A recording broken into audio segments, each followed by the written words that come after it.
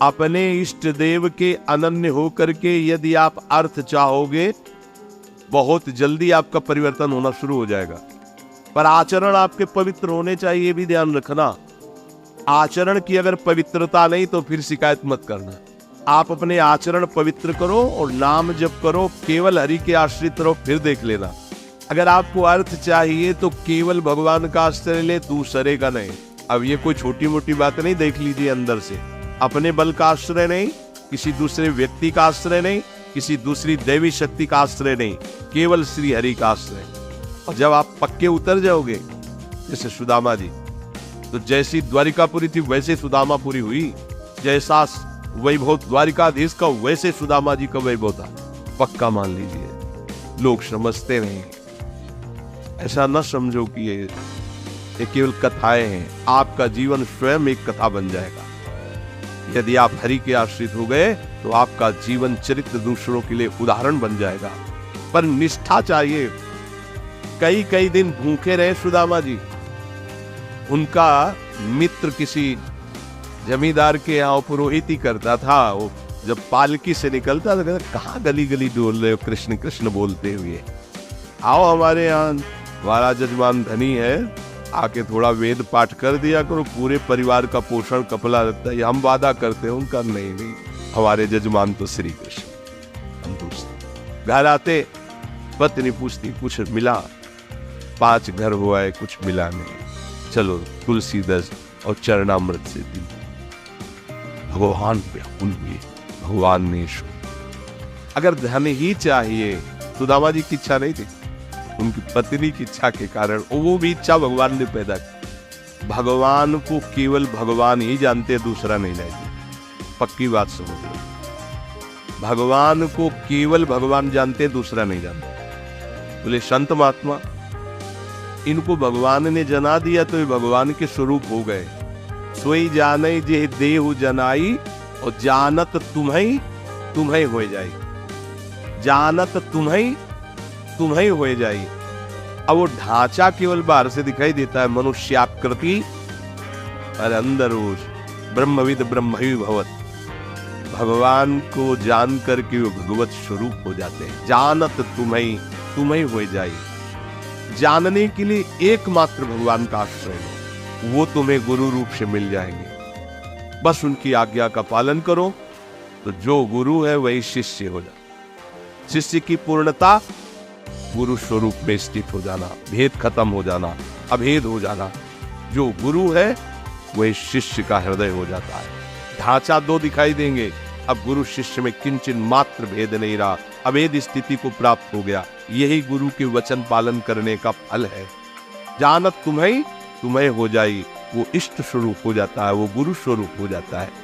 जब भगवत स्वरूप का साक्षात्कार हो जाता है तो जिसके अंदर अभेद भावना होती है वो मोक्ष को प्राप्त हो जाता है, और जिसके अंदर प्रियता होती, थोड़ा हृदय द्रवित होता है, वो आगे बढ़ जाता है। उसके अंदर भी दास्य शक्य वात्सल्य आदि भावों का प्रेम जागृत होता है।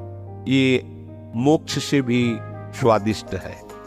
अब इसमें सूक्ष्म बात यह है कि अगर हम केवल भगवान से धन चाहेंगे तो धन मिलने पर भी हम माया में नहीं फंसेंगे।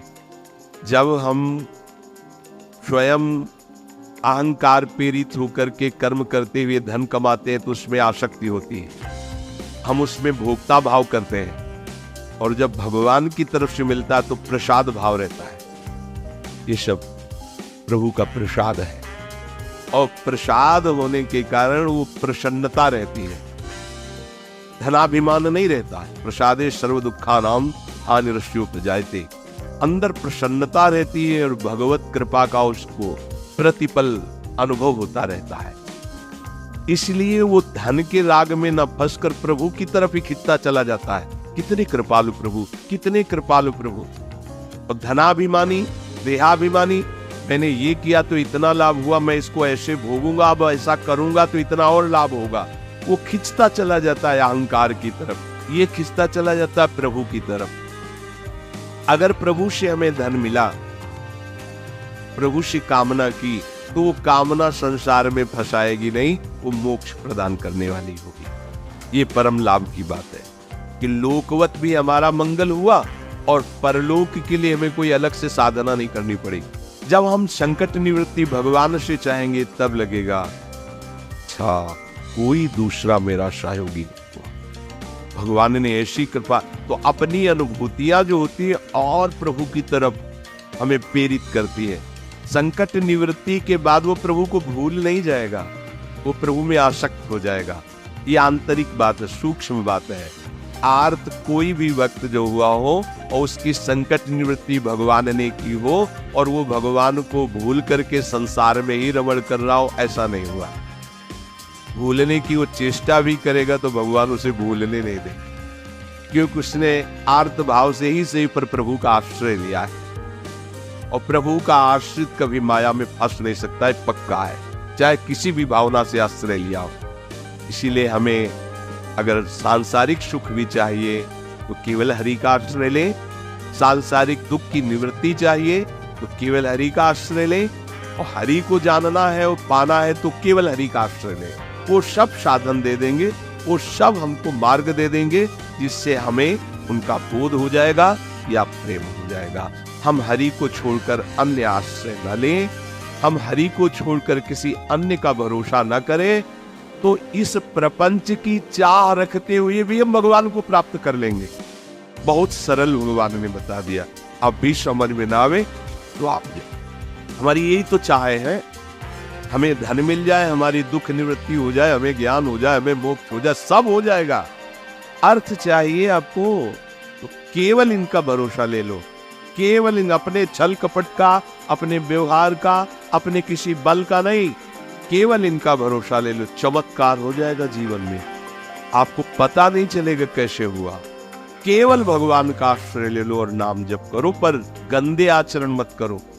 आहार विहार संयम से करो, शास्त्र संयम से। अब करो गंदा आचरण। जो गंदे आचरण वाले थे जब प्रभु की शरण में आए तो उलट गए, फिर दोबारा नहीं देखा उधर, तो क्या हुआ, वो महात्मा बन गए। अब अपने भगवान की शरण में आए, अगर गंदे आचरण करते रहेंगे तो अनुभव नहीं होगा, और ये होगा कि पता नहीं भगवान आपके ऊपर प्रसन्न होंगे इसलिए ऐसा हो गया, हमारा तो नहीं हुआ। तो आचरणों को भगवान का बल आपको सहयोग देगा, आपको बचाएगा। पर आप इच्छा करके कामनाओं की प्रवाह में बहकर गंदे आचरण करेंगे तो छूट भी दी है भगवान ने, आप करो और उसका फल भोगो। अवश्य में भोक्तव्यम कृतम कर्म शुभाशुभम। आश्रित को ये ध्यान रखना चाहिए, अपने आराध्य देव के विरुद्ध आचरण नहीं करना।